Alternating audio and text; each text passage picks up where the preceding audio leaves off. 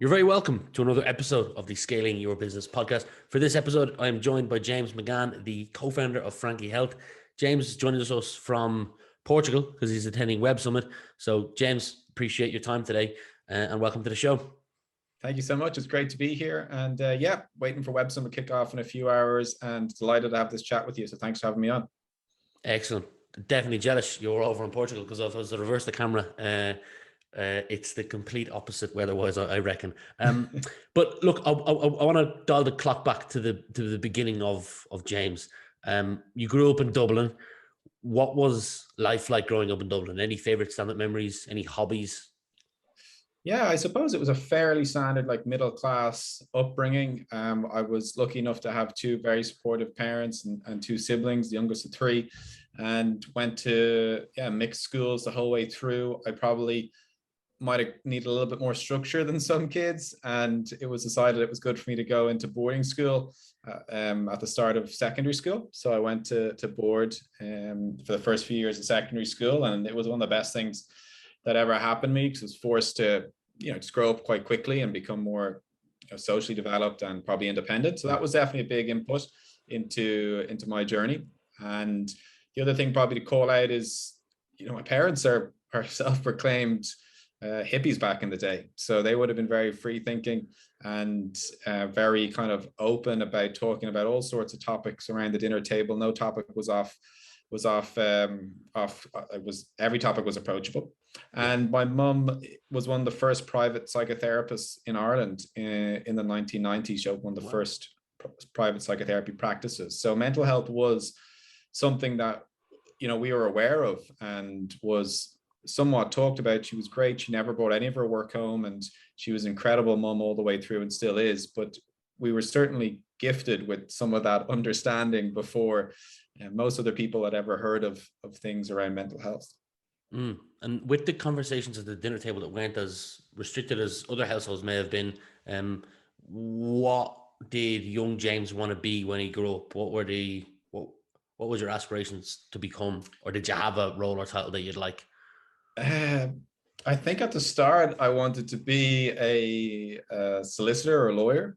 Was something I liked the idea of, because I liked representing a point of view or an opinion and trying to battle it. And I quite often like standing up for kids in the class that might not have had a voice. And so that was something I wanted to do. I thought, and then I did work experience in fourth year, and it wasn't quite what I had imagined it to be in my mind's eye. But that was something that stands out as an early idea. And I suppose when I went on, I got older and realized that concept wasn't what I had created the vision of. Work experience is great. I wanted to be a hotel manager when I was younger. Did 6 months in Radisson, figured out that's not what I wanted at all. But what led you to study, for anyone who's listening, you studied commerce at UCD and then stayed on to complete a master's in marketing in UCD. So where did the interest, if you mentioned lawyer and solicitor, where did the interest in studying commerce come from? And then also to that, what led you to stay on to do a master's in marketing? The honest answer is I didn't know what else to do. I love it. It's straight up. I didn't even study business in secondary school. I went to a school that had lots of different subject choices, and I didn't choose business. And probably I just had no idea what to do. And I knew I wanted to have the ability to travel. I knew I wanted to have lots of optionality when I was older.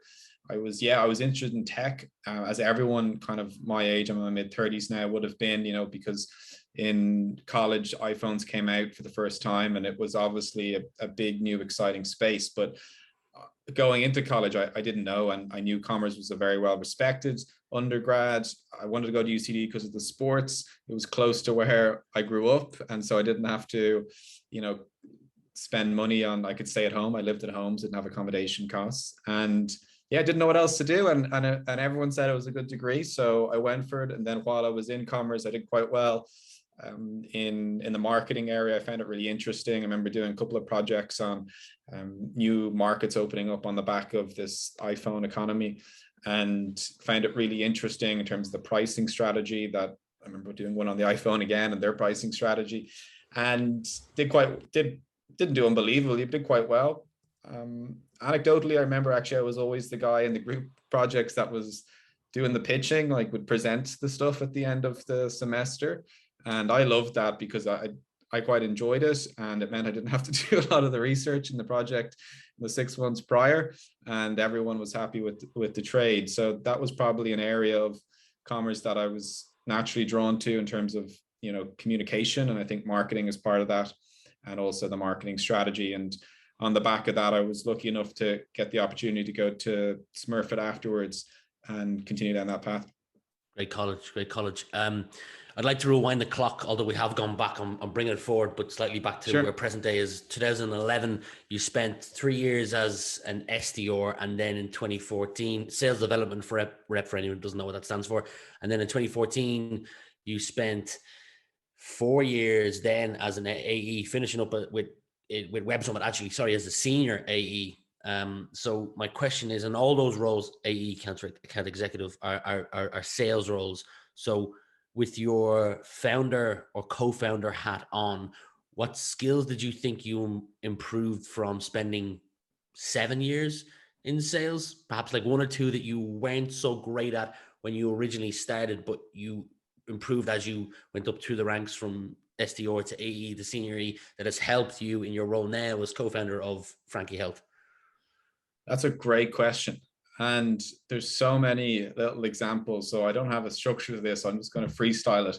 Please. One that certainly comes to mind is the importance of building relationships, and how you never know where a relationship is going to lead. And obviously, I mean, in the kind of social / work setting of a relationship. And ultimately, a lot of sales is developing relationships with people, friendships, connections, topics that they want to talk to you about and you want to talk to them about, and those develop over time. And sometimes that turns into a great friendship, and sometimes it returns into a friendship with something business related to it as well. And sometimes it's an introduction to somebody for a job or an opportunity. And I think, yeah, the value of investing and being a good friend to as many people as possible, and, you know, trying to support people in their journeys. If there's any, you know, needed a pillar of support, a shoulder to cry on, or an introduction for somebody else to one of your connections. I feel that life generally works in this kind of social support of one another. And the wider you can build that net, the more value you can add to others, and that they can support you on your journey. And I think for me, I was lucky enough to leave Smurfit and go to the States for a few years and work there, and built a network up over there, and of which I'm still connected to today. And then with Web Summit that you mentioned, I went to Asia Pacific, Hong Kong, and then Singapore, and built up a network over there. And to anyone that was starting off coming out of college, I would say travel as much as you can and build up, yeah, friendships, but also your ability to connect with people from all different types of life and different, you know, challenges that they might have grown up with. And yeah, investing in relationships is something that I think I didn't realize I was doing. Naturally, when I look back, it was something that definitely helped me on those journeys to different sales roles. And yeah, it definitely made me happier as well. Could not agree more with what you said there, both in your lessons from sales and then also the traveling in your youth. I've had that question put in front of a couple other people, and the common answer is usually with improving your bonding and rapport skills with people, and really be able to eliminate the fluff and the jargon that the other person doesn't give a shit about, and then just get straight to the point of like, why would they want to listen or care? And then instantly connecting from that. So similar to what you had just said, now you are the co-founder of Frankie Health, which was the reason I got an introduction to you to come on the podcast. So yeah, I could give a 30-second commercial of what the business is, but you'll do a much better job as you're the co-founder. So James, the mic is yours. Thank you. Frankie's all about empowering the future of employee mental health. And we focus a lot on identifying and preventing burnout in teams of all different sizes. 75% of us have been affected by burnout in the last 18 months. Burnout can be defined as a combination of feeling stressed, overwhelmed, and dissatisfied. If someone's experiencing burnout, they're 2.6 times more likely to be looking for a new job. And the number pre-pandemic was 28%, and post-pandemic it's 75%. So it's been a massively ballooning problem, and it's no longer good enough for business owners just to tick the box of what support they offer their team's mental health, because it affects the individual, the teams, and the business outcomes. So that's what Frankie's all about. Yeah, there was a study done recently by Deloitte that said, like, pre-pandemic, 28% of people were thinking about leaving their job in the next year, and then posted it went like jumped to like over 55%. It's a crazy stat. The question here is all around mental health, but why is the topic of mental health so important to you? Yeah, great question. So I can't remember what role it was exactly, but in about 2013, I was working for a couple of startups in San Francisco, and within a couple of months, 2.5, 3 months, my entire world fell apart. The startups I was working with collapsed. I had no support structure around me over there in San Francisco, and I was in a very serious relationship at the time, and that fell apart all around that same kind of confluence of bad events. And I previously thought I'd always be on that mentally healthy end of the spectrum that is all of our wellness and mental health. And it fell apart quite quickly. I didn't know what to do. I fell into a really dark spot. My anxiety was through the roof. And when I say anxiety, I mean your inner voice or your inner monologue thinking about negative projections of the future. And I couldn't stop that cycle. And it was keeping me up at night. My sleep it fell apart. And I was really hating the person that I was becoming at the time. So that was back in 2013. And it hit me for six. I had never experienced anything like that before. I'd always been very confident, very capable, and very, outgoing guy. And this happened really quickly. And I didn't know what to do. Thankfully, because of my mum having a psychotherapy practice back in Ireland, she was able to introduce me to a therapist quite quickly, in about kind of 3 months or so after I eventually shared that I was really struggling. And I was introduced to a therapist from the therapy practice back in Ireland. So doing those calls via Skype originally. And Northern California being what it was, I was introduced to meditation by some friends over there as well.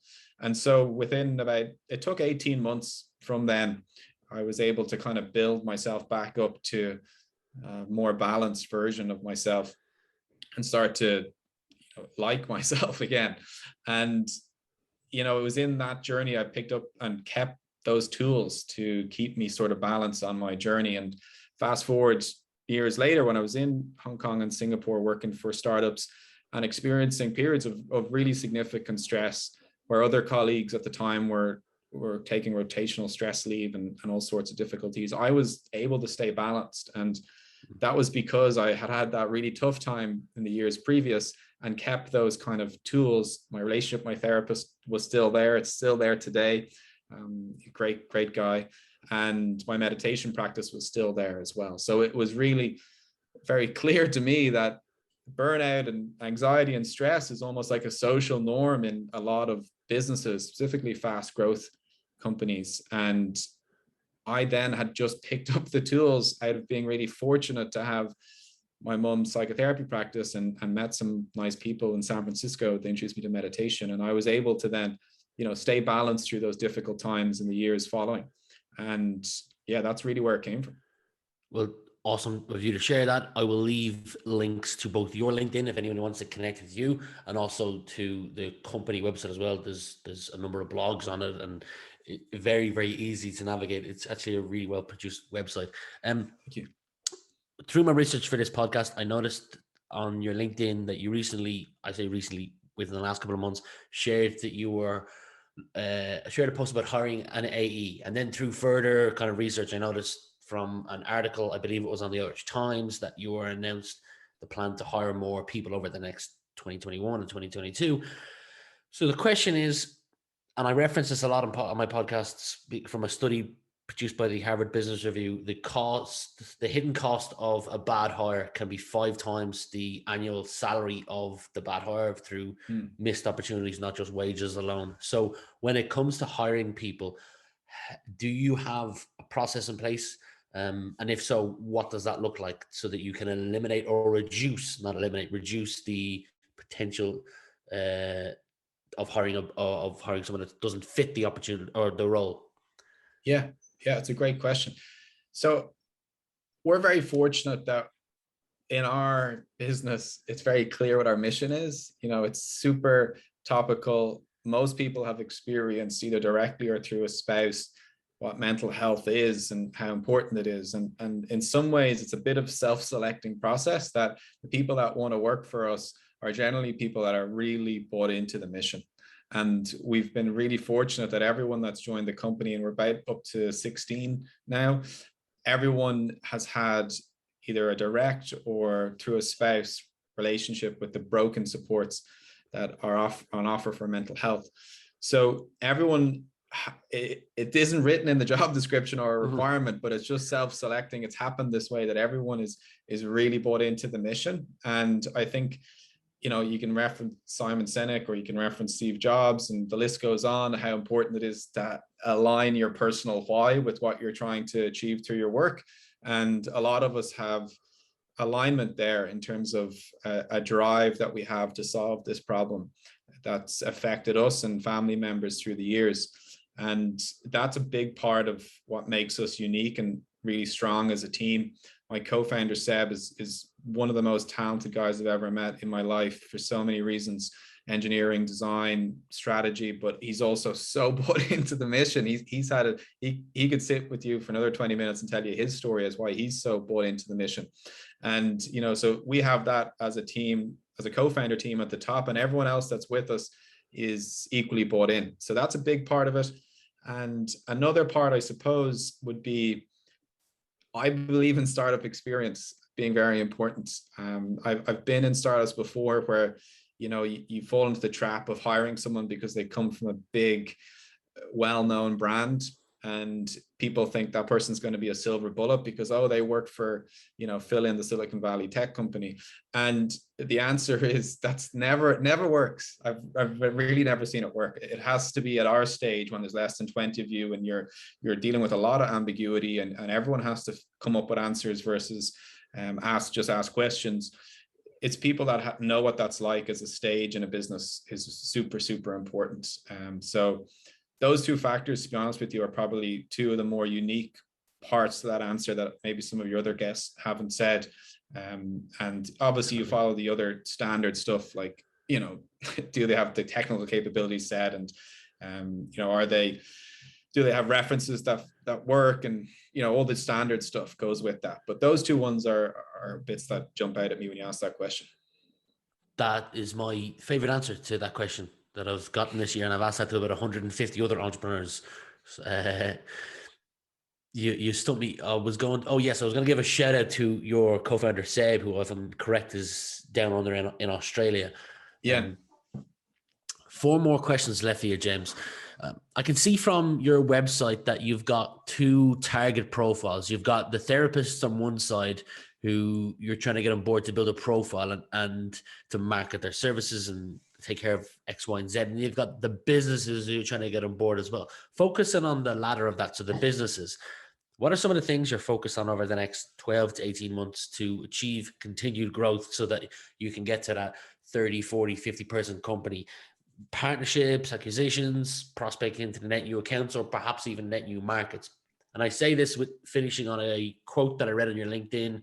Every pound a company spends on their employees' mental health delivers a £5 return on investment. So talk to me about a brief overview of how you plan to grow over the next 12 to 18 months.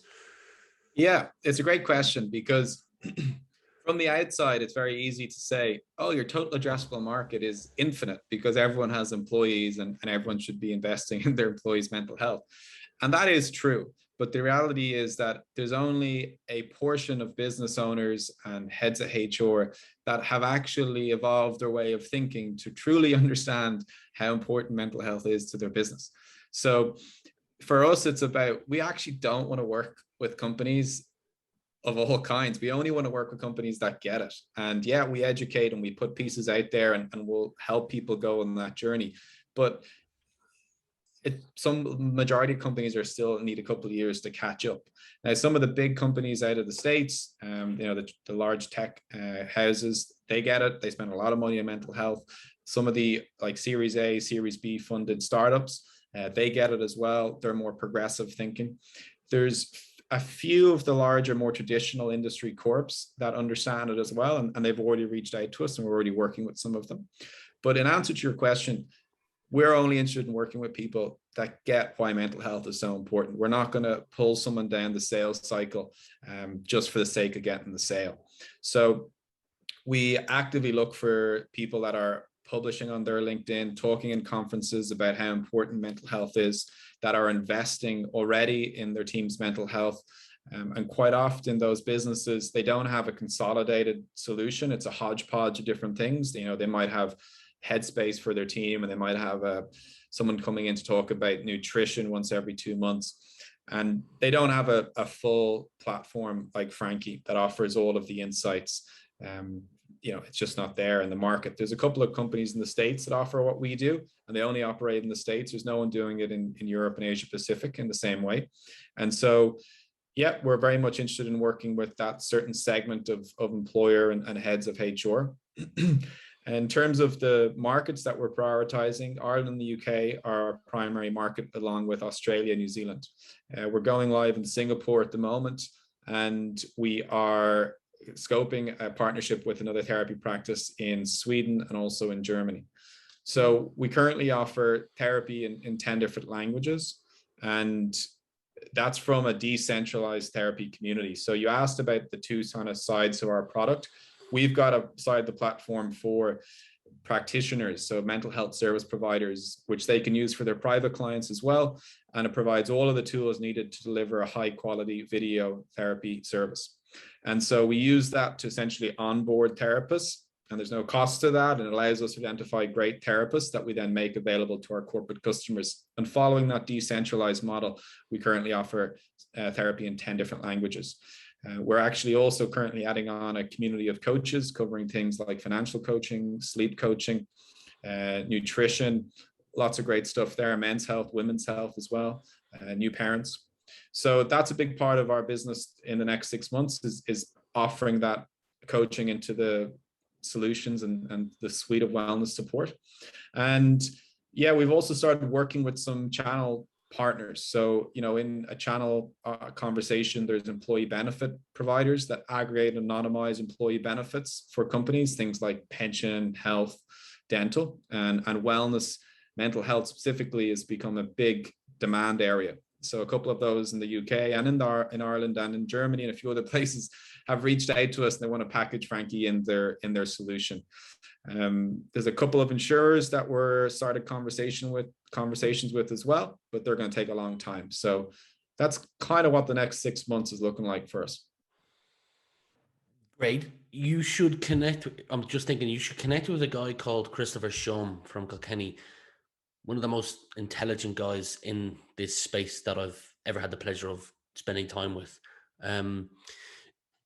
Is there a tool out there yourself that you can't live without? And when I say tool, you could pick a CRM to manage the company, or a communication tool like Slack, or video editing tool, anything that pops into your head that you could not remove from your current tech stack. Do you mean as a business and a team, or as an individual in non-work life? As a business and team. Notion is something that we get a lot of value out of. And I know people have probably heard that a million times already. Honestly, Notion it's been fantastic for us because we're obviously a fully remote company, and we have people in France and in the UK and Australia and China. So yeah, Notion's been great for us. It has as a kind of central kind of single source of truth. We also use this other platform in addition called ClickUp, which is quite good for kind of project management and engineering tasks, product roadmap. And then I'm sure you've heard this one as well. Figma is a tremendous design tool.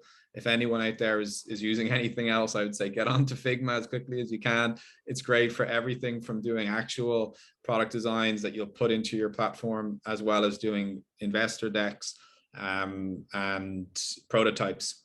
Sorry, just one more on the deck stuff. I know you said just one, but I find myself telling other founders these tips because they really helped us. Get away from using PowerPoint, use pitch.com. It's just a much better presentation quality. Yeah. So sorry, Rian, I didn't give you one, I gave you four, but I thought it might help some people. Absolutely, the more the merrier. I definitely agree with the getting away from PowerPoint. I'll leave links to all those for company websites below in the description, whether you're listening or watching this. 2 final questions for you, James. What is your personal definition of success?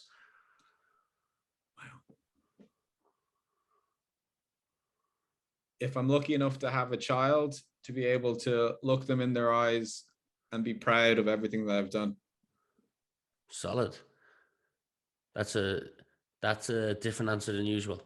I'm assuming you're wanting one at some stage in life. That is the path I would love to go on if I'm lucky enough. Yes. Awesome.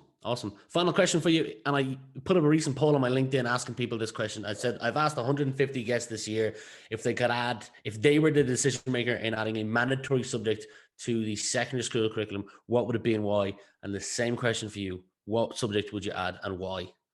So easy. Mental health. It's just such a gap. That was going to be an answer.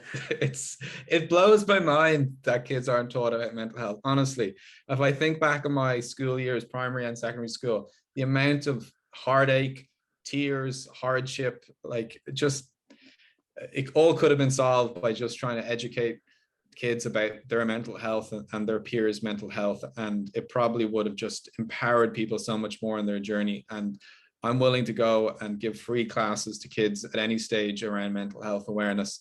And yeah, it's super important, I think. Amazing. Well, your contact details will be in the description box below, James. For now, it's been an absolute pleasure spending the last 30 minutes with you. I know you're in Lisbon for Web Summit, and you're actually speaking on stage, if I'm correct, the center stage at some stage later this week. So best of luck with that. But for now, thanks for being my guest and continued success. Thank you so much. It's been great chatting to you, and thanks for putting such a great podcast together.